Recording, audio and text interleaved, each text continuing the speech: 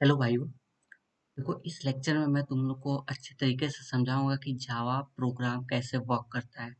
ठीक है, तो बिना टाइम वेस्ट किए चलो स्टार्ट करते हैं। तो देखो, सबसे पहले मैं लिख लेता हूँ कि हाउ जावा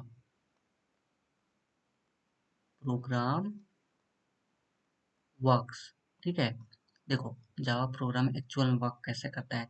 तो सबसे पहले तुम लोग किसी आईडीई में एक जावा का कोड लिखोगे, तो तुम लोग पूछोगे आईडीई क्या होता है। आईडीई इसका मतलब होता है, इसका फुल फॉर्म होता है इंटीग्रेटेड इंटीग्रेटेड डेवलपमेंट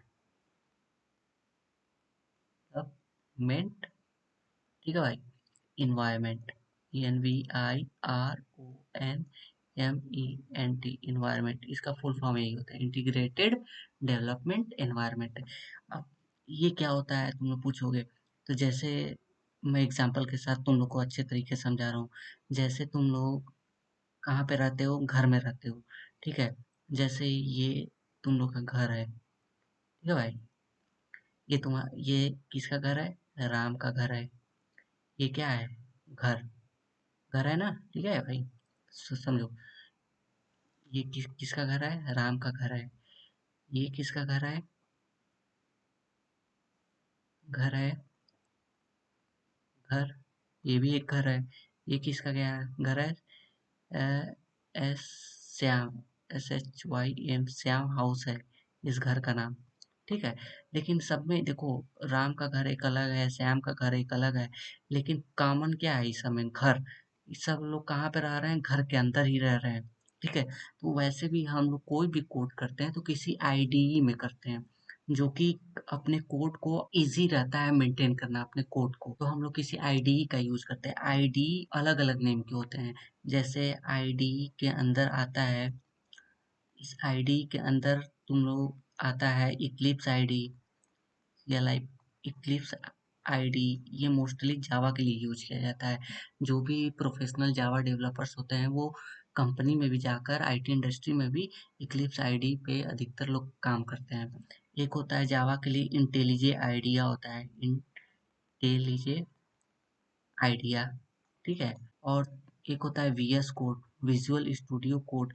ये सब में क्या होता है, ये सब में हम लोग क्या लिखते हैं, कोड लिखते हैं किसी भी लैंग्वेज में। तो अब मैं तुम लोग को समझाया कि आईडीई क्या होता है। आईडीई बेसिकली एक तरीके का घर है, और इस घर का नाम अलग अलग है जहाँ पर तुम लोग कोड रन करते हो, बस वही होता है आईडीई। ठीक है, इतना समझ में आया। अब देखो, मैं इसको इरेज करके अब समझा रहा हूँ। अब मैं तुम लोग को समझा रहा हूँ कि जावा प्रोग्राम के लिए सबसे पहले क्या करना है। आईडीई में क्या लिखना है, एक कोड लिखना है।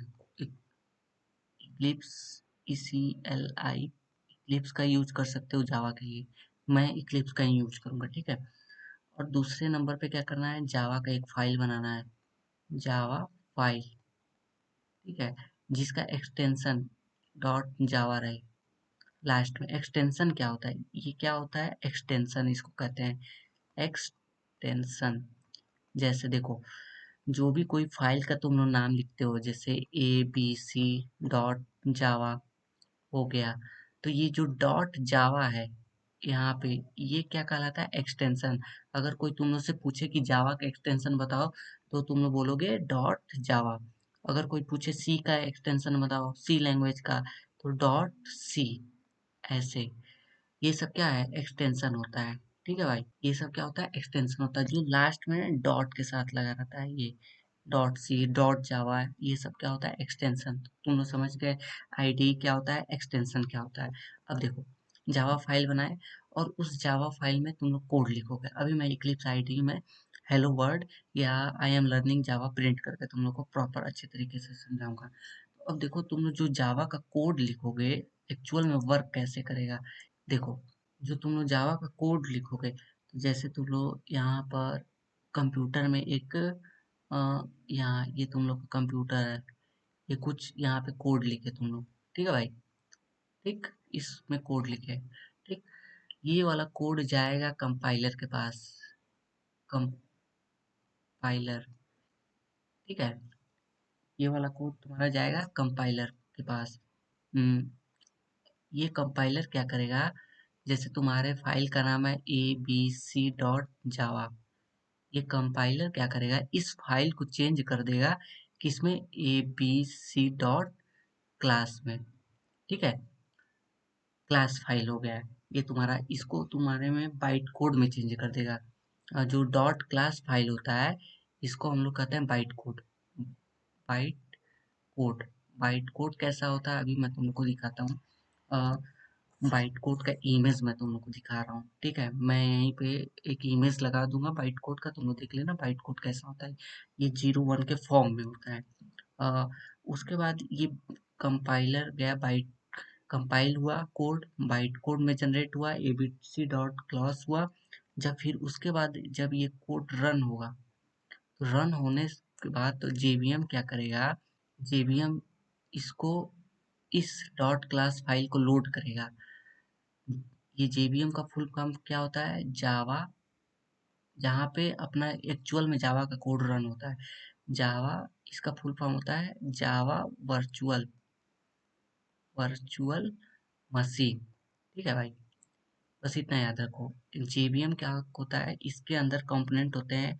इसके अंदर पहला होता है एक इंटरप्रेटर, इंटर इंटरप्रेटर, ठीक है। और दूसरा क्या होता है, एक जेआईटी होता है।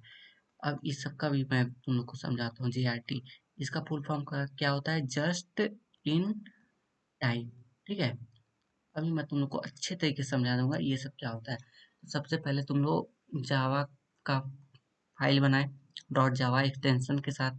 ठीक है, उसको क्या किया, कंपाइलर आया, कंपाइलर का भाई चलो अब इस कोड को मैं पढ़ता हूँ, इसमें अगर कुछ एरर नहीं है तो मैं इसको बाइट कोड मतलब डॉट क्लास फाइल में कन्वर्ट कर दे रहा हूँ। अब फिर क्या होता है, जेवीएम क्या करता है, इस क्लास फाइल को लोड कर लेता है। ठीक है, जब ये क्लास फाइल जेवीएम में लोड हो जाता है तो उसमें सबसे पहले आता है इंटरप्रेटर। इंटरप्रेटर क्या करता है, इस जो तुम्हारा बाइट कोड जनरेट हुआ है, इंटरप्रेटर क्या करता है, बाइट कोड जो जनरेट हुआ है उसको एग्जीक्यूटेबल मशीन कोड में कन्वर्ट करता है। तो इंटरप्रेटर इंटरप्रेटर मान लो कोई नाम है ये क्या करता है, जो byte code convert convert byte code into executable, EXECUT, executable machine code. ठीक है भाई, देखो इसको मशीन कोड में कन्वर्ट कर देता है। ठीक है, जो तुम्हारा आउटपुट में शो होता है। जस्ट इन टाइम क्या करता है, JIT क्या करता है, अगर इस ये तुम्हारे कोड को थोड़ा एफिशिएंट बनाते हैं। अगर कोई तुम्हारे कोड में कोई भी चीज दो बार लिखा गया है, जैसे मान लो तुम कोई वैल्यू दिए, ये वेरिएबल है एक तरीके का, ए में 7 असाइन किए हो, फिर ए में फिर 7 असाइन कर दिए हो, तो ये वाले कोड को जो जस्ट इन टाइम कंपाइलर है हटा देगा। इस कोड का कोई मतलब नहीं है। एक ही मतलब सेम लाइन को दो बार नहीं रिपीट करेगा, एक ही को रिपीट करेगा, तुम्हारा कोड हाईली ऑप्टिमाइज्ड हो जाता है। तो मैं तुमको एक्चुअल में समझा दिया हूँ कि कैसे जावा प्रोग्राम वर्क करता है। अब नेक्स्ट लेक्चर में मैं तुम लोग को जावा का प्रोग्राम बनाकर दिखाऊंगा। तो अगर मेरी वीडियो तुम लोग को थोड़ी सी भी इंफॉर्मेटिव लगे भाइयों, तो देखो इस चैनल को सब्सक्राइब कर देना, और क्या कहते हैं, वीडियो को लाइक कर देना, अपने दोस्तों के साथ इस वीडियो को शेयर करना, और कमेंट करके मुझे ज़रूर बताना कि तुमको ये वीडियो कैसी लगी। मिलते हैं नेक्स्ट वीडियो में। Thank you.